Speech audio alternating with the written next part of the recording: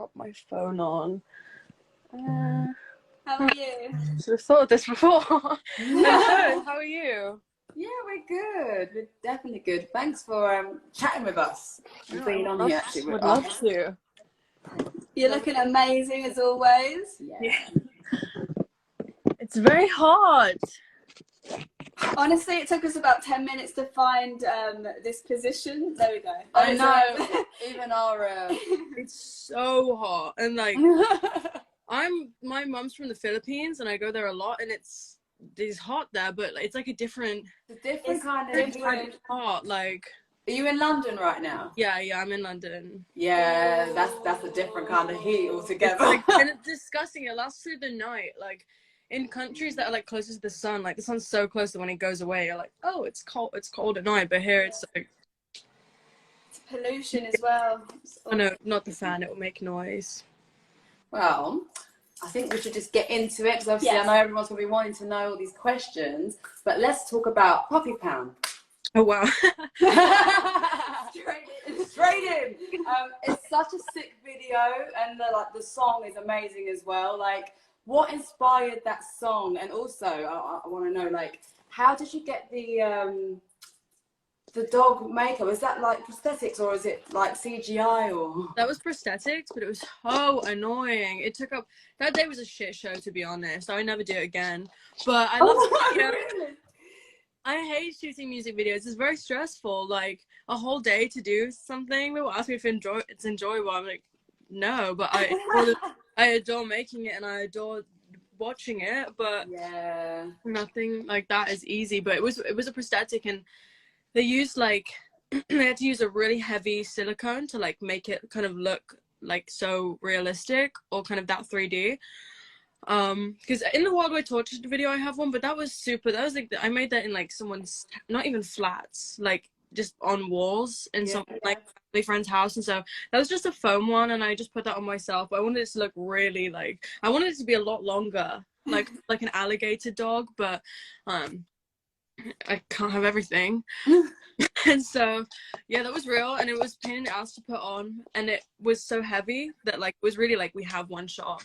really? I kind of like that for the whole day, like we have one shot, because I kind of exceeded my limit and my budget on that video. Oh, it looked amazing though. It's such an incredible video. I've been going into more. Actually, that would spoil a lot. Never mind. And also like the song, like what does the song like mean to you in terms of like the concept? Well, I feel like in the beginning of the, I really only have one thing out. I've got so much work, but it's been a pain in the ass since I signed kind of in a weird time. I signed during COVID, and I was very young when I signed, and so it was kind of discombobulated because I had one EP out when I signed, and then I released that independently, and then I re-released the EP with more songs when I was signed. And there's this whole thing with like the album and the real album and the not real album and all of this stuff. But I think that I was really character building in the beginning, or what everyone can see now, and I didn't really, I could feel like pain. In a lot of really abusive situations where I wasn't really allowed to feel pain, so I felt like things like killing people or being a dog or like so I kind of had to interpret it. So that was kind of, I was in quite a really bad abusive situation. And it's a lot more than that, but I feel like if I say I'm going through like legal stuff, so I can't say anymore because I want my life. But I was going through really bad stuff when I was a minor, and I think that I never showed this person any of my songs because it was all about them. But Puppy Pound was kind of just feeling like when you're feeling like you're so on top of it, you've really found yourself, and you feel like no one can take that away from you, and then you just want interaction with this person, and you just feel like any other bit, even though you're fully aware you're not. And I feel like the way all your power, and they'll do it to anyone else. Like you think controlling over you because you're special, but you're not. But you are, but to them you're not. And so that was kind of my way of writing that. I wrote that in I was like quarantining in Serbia because I was like so desperate to get to couple of years ago to like film stuff, and so I wrote it there because I obviously had lots of free time, and I need to stop leaking stuff on. But I posted like this is years ago, like a video in a bathroom, like just singing the hook, the like normally I'm no straight, the puppy pound. People found it and were like, we know exactly what song it's gonna be, and yeah. They love a leak though. They're gonna be like, never stop leaking out your stuff. I love to leak, but I get in trouble. I just leaked like my new, like a little bit of my new single that's coming out, and got in trouble. Oh, so there is a new single coming out. Yeah, and I love that song, but it's hard when this new single that's coming out is like the first song I ever wrote on my new album, and so now I've heard it for 3 years. Yeah. I adore the song, but I just want to hear other people's opinions on it. Yeah. Pieces like my mom and my manager, they're obviously going to be like, it's amazing, like. Yeah, but I'm sure it is. Yeah, you never disappoint. So you're known obviously for your signature looks, and you look incredible every time we see you. Literally like laid with the makeup and looking incredible. And you have your own cosmetic company called Cult Candy. So some people on here might be starting to experiment with kind of like alternative makeup. So we wanted to know, when did you start expressing yourself through makeup? Oh my god, always. My parents are very alternative, to be honest. They were both in like rock and punk bands when I was younger. Sick. Always been kind of raised around stuff I probably shouldn't be seeing. Or to like so raised around that, but I love toys. I collect a lot of toys, and I started from like, honestly, I loved Tim Burton and I loved Jim Henson. Yeah. Okay, anyways, we're not gonna get into his like controversial things, but like let's anyways, okay, no, don't get oh, on the internet again. I had like an era where I would get myself in so much trouble because I would just say my like opinions on and that's not up on the internet. I hate that, so I'm not going to do that. But yeah, I love Tim Burton, I love Jim Henson, and it was like, I think the first time I got like a Monster High like makeup kit for Christmas. Makeup, I obviously adored Halloween, as like everyone does. And I started making a lot of like short horror films when I was way too young to be doing that, like very gory. I got into a lot of special effects makeup. It started with like special effects cuts and bruises, all of this stuff, and then slowly just started to do a little bit of eyeliner. And I went to like a Catholic school, and then I actually went to like a mostly Muslim school. So obviously you're quite religious religions, as they yeah, I didn't have that much chance in school, and so it was kind of like go away after school and do that, and then people find out. So when people started to find out, I was like, fuck it, I'm just gonna go like all the way. And then I studied like film from like year 10 to whenever I dropped out. And then I guess because it was a new start, I just started to push it more and more and more every day. And looking back at the way I used to go to school, like, it was more intense than this. Like, I would just go for it. But I just kept on evolving and trying new things, and then started doing really intense makeup, like very, very wow, with like huge mouth and the nose and everything. And I was kind of thinking of a way that I could incorporate that into music to make it a bit more personal and not just like some clown or like a Chuck E. Cheese animal or something, you know what I mean? Yeah. I feel like I've come down to a good boiling point, but I don't know, advice to people. Yeah, it's about other people, not really me. But no, but they love to hear your story and like how you got to this point. It's interesting hearing like you came through the prosthetic kind of route and getting into horror movies. Yeah, it's interesting, and I love this. It's a different route as well. So do you feel like they kind of that inspired the music? Do you think so? You kind of, like you said, you was kind of doing this horror, these kind of shorts, and honestly, my end goal of this film, I used to have a big fear of dying, and like honestly, just aging, not really dying because it's inevitable, like aging. Now there's so much like ways that people try and defy aging that you can't really do. That kind of makes me have more fear. Like if everyone just got old, it would. But the way that people try and like much is like kind of terrifying. So I used to be very, very scared of aging. But getting into film, like knowing that if I get successful in a film career very later on in my life, I feel like it would beat my fear of aging, because I feel like film is timeless and so is music, but music has such an extreme face to it that you kind of need to thrive. But I started doing music just because I was making so many scores for like films that I was like, shit, like I look good, the music sounds good, like Yeah. Films are kind of long, and also when you're working in film you have to do like 5 years of interning, and I just couldn't like stand to work for anyone else. I'm very stubborn, but as far as makeup goes, just go for it. I know that sounds so like like, but I don't care. I feel like when you don't care, or just pretend you don't care, fake it till you make it. That's what I did in high school. I cared so much. I didn't want to be It's true though. No, you have to just be like, I don't care, until suddenly you believe that you don't care, and then you don't care. Yeah, and it's also like a thing as you start growing as well. Your first introduction is what everyone else thinks of you. And in school, it's difficult. It's so difficult. Everyone's like, oh, you look like this, or you know, bullying and whatnot. But I think as you start to grow, you're like, oh, not everyone, because some people still find it hard to navigate, and it is a tough world to navigate through. But you just think, I just don't give a fuck anymore. I really don't give a fuck. And it's the best discovery. When you discover that don't give no fucks attitude, it's so, it's a release, isn't What's it? What's the word? Like, enlightening? Enlightening, it's releasing. All them words A joyous to describe moment. that is a joyous moment. And it's a journey to get there, to the not give a fuck. Yeah. Point. Maybe I used to tell everyone, I tell myself in school that everyone was jealous of me, and that's why they were making fun of me. Maybe not. I'll still stand by it. Yeah, totally. And be like, you walk so, like, I must be like 15, I don't know. Like, you walk so confidently. Like, how you so hated myself. Like, I was repulsed by myself and everything to do with it.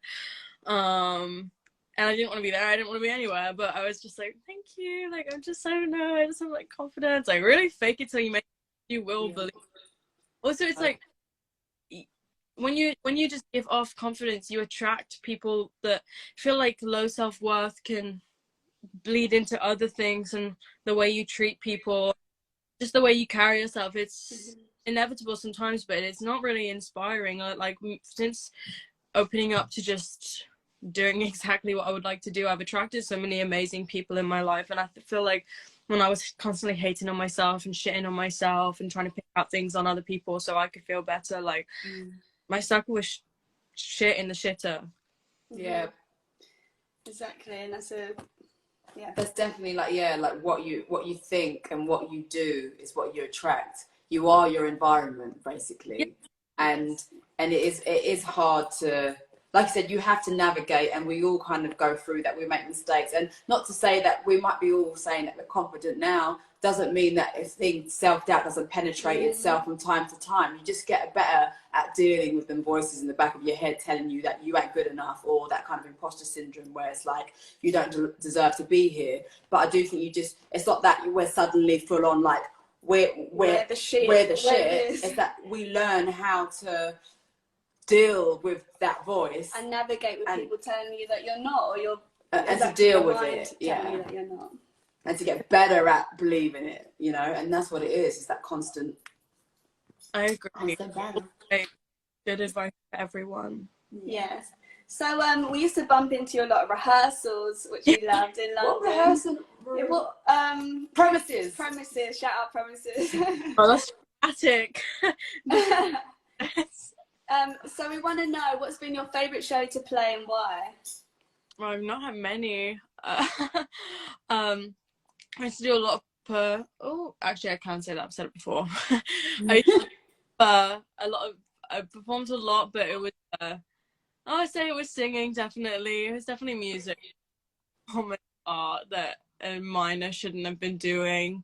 But yeah, I done a lot of performing prior, but with my own band and everything. I did a Camden show, and then I did Reading and Leeds, and then now I'm in my flop era or something because can't seem to get a fucking show.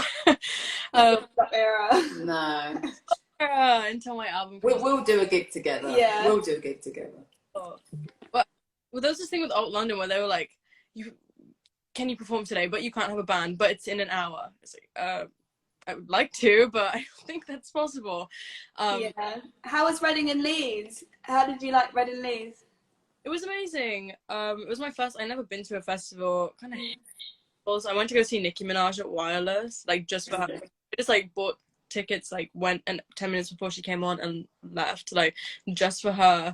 But the whole like, vibe of like no one gives a shit about anyone thing at a festival. That all like it's like we're all animals. Like everyone's prying and no one cares if like you were at the front first. And there's not that kind of like grace that's at like a show because everyone's there for the same reason. And obviously, if you're at a show that says a lot about you, you're probably going to find people that are like you.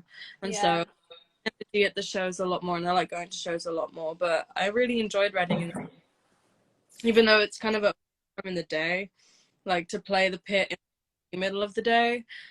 I still really enjoyed it. I wanted to go back this year, but I've not got, my timing wasn't great. But I would love to slowly push it a bit more with the performances. I used to like go to clubs and like, oh god, an interviewer brought this up to me. I had a phase with like chicken liver where I would like bring a lot of chicken liver to the performances and do whatever I would like to do with it. And I shouldn't. What is it? A chicken liver from the butcher? Just like lots of them, yeah. And then I would do what I like with them while I sing, but I stopped doing that. And I think I should not say this on live, but it will come out at some point. Once I did a performance, I'm so glad no one videoed this, but I pissed in a cup and I drank it. Yeah. Well, it happened. Do what you gotta do. Just, if you need to go, and if you're thirsty, I guess. If you need to piss and you're thirsty, why fucking not? I I just wanted to like shock people at the time, and I thought that was a great way to do it. Yeah. I love the Brass Against, when they were doing a cover of Rage Against the Machine, and the singer literally needed to go piss, so she was like, let's make this enjoyable for everybody. So she just literally grabbed any guy from the audience, made him lay down, and was like, and then she was like, I think I need a shot, you know, just pissed on his face. And he was loving it. He was literally like loving it, and I was like, you know what, that was entertaining. And she did it with such grace. I mean, I'd be so clumsy. She made it sexy. She made it so sexy. Pushing it, but I just I shouldn't have been at those bars at that age. I was like, 15. Well, so you were under. I was like 15.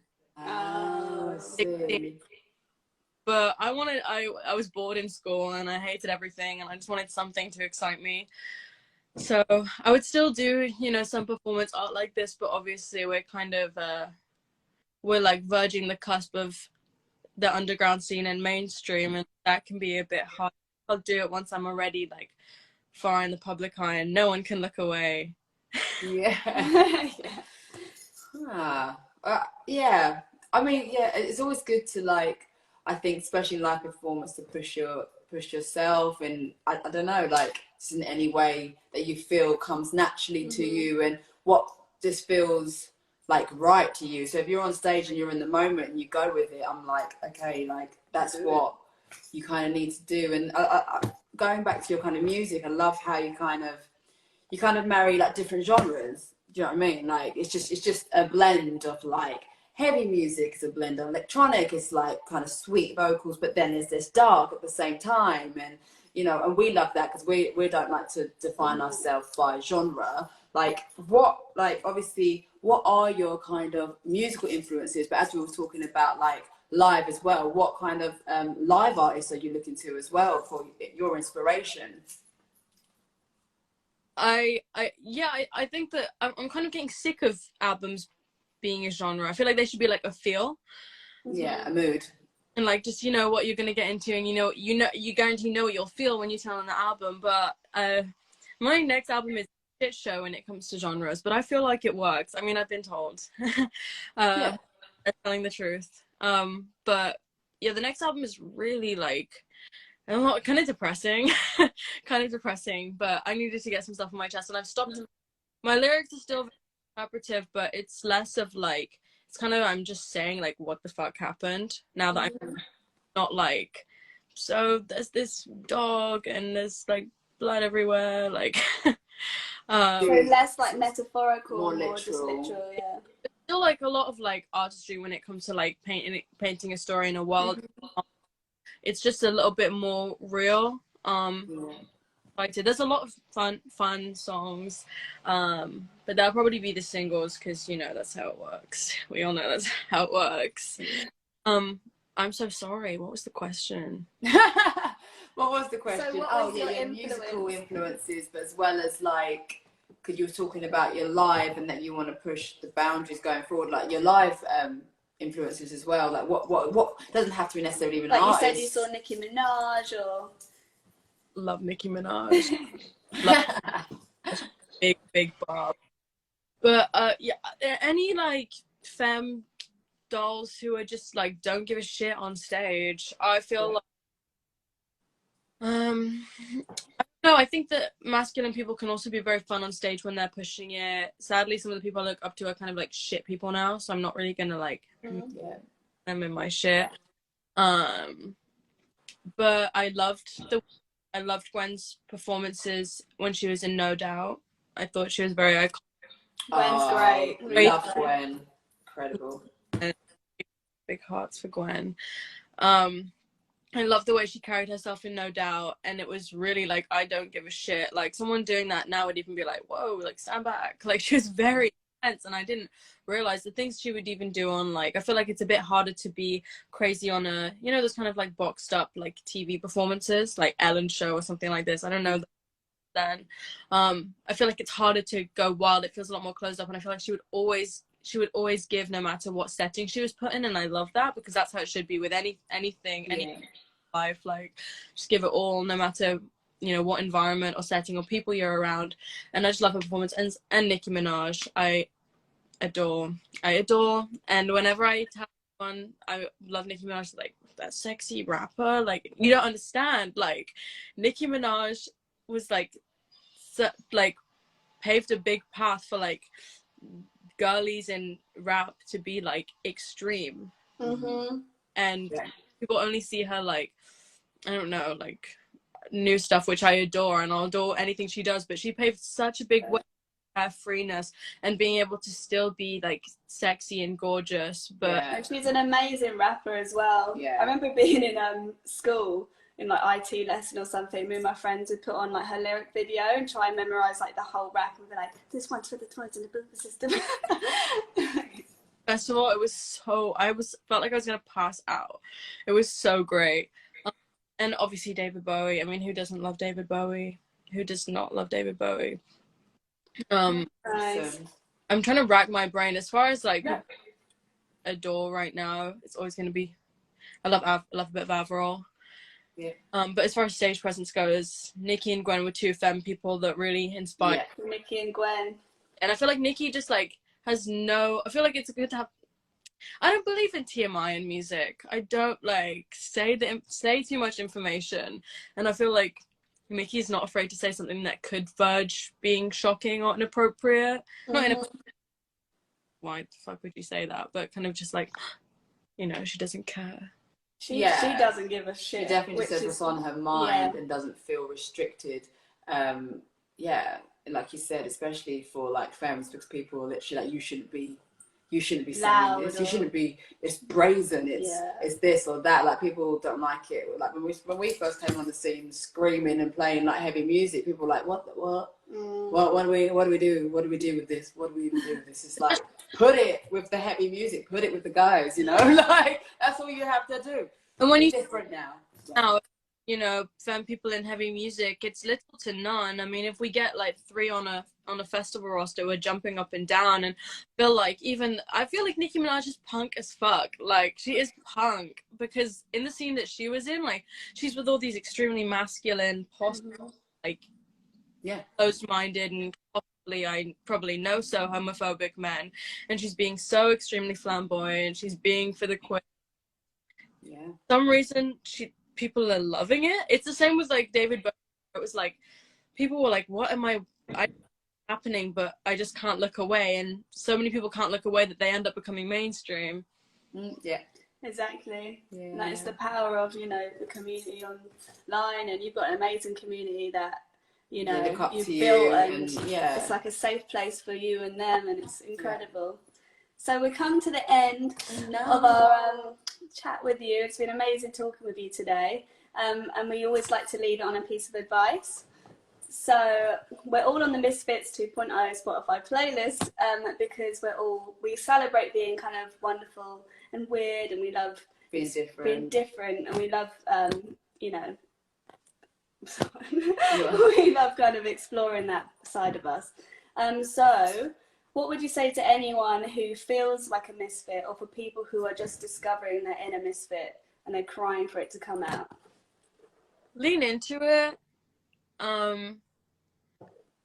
and disregard people's opinions, and also just tell them to not tell them to you unless you ask. Like, it's a very strong thing that even with friends and like relationship people, my biggest rule is like, never comment on your physical appearance ever, like unless it's something good. Like, never gonna tell you unless you've got like lipstick on your teeth or something. Fuck, because it's like corny as life is short, and there are like 8 million people in the earth, and sorry, but we're not all going to be remembered, so make it memorable, don't give a shit, and live every day to the fullest. Love that. Well, thank you so much. It was amazing chatting with you, and hopefully catch you soon. I'm sure we will. And let me know when you're playing in London. Your last show is fully booked. Oh, well, anytime you want to come, let us know. Yes, I will. It was lovely talking to you, girlie. We'll catch you soon, yeah? Yeah, see you soon. Thank you so much. Bye. Thanks everyone for tuning in. Bye. Lots of love.